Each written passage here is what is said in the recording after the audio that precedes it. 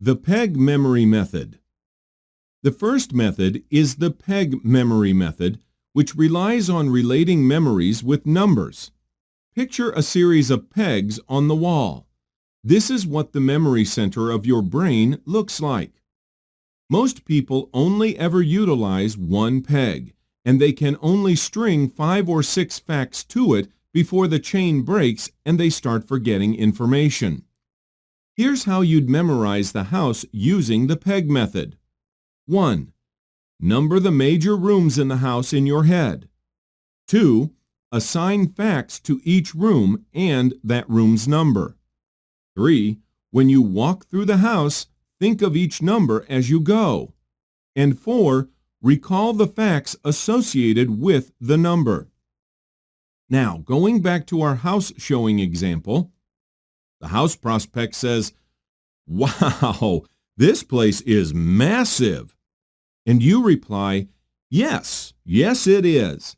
Now, if you'll look in the kitchen, you'll see, quick, what was the number for the kitchen? 4. And 4 equals stainless steel appliances and new tile floors. Brand new, state-of-the-art stainless steel appliances and groutless tile floor that you'll never have to scrub. Make sense? Think of it like coding your numbers with objects. Each number has a secret code word, preferably as a tangible object, that only you know in your head and that you can associate to whatever you want, in this case, the room. You can assign numbers to anything you want: anatomical parts for a college biology class, grocery lists, cleaning schedules, whatever. And if numbers don't work for you, try switching up the pegs.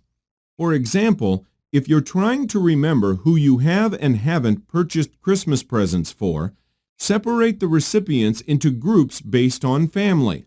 Your mom's side, your dad's side, your significant other's family. These are all pegs that you can hang information on and retrieve it later in a more organized fashion.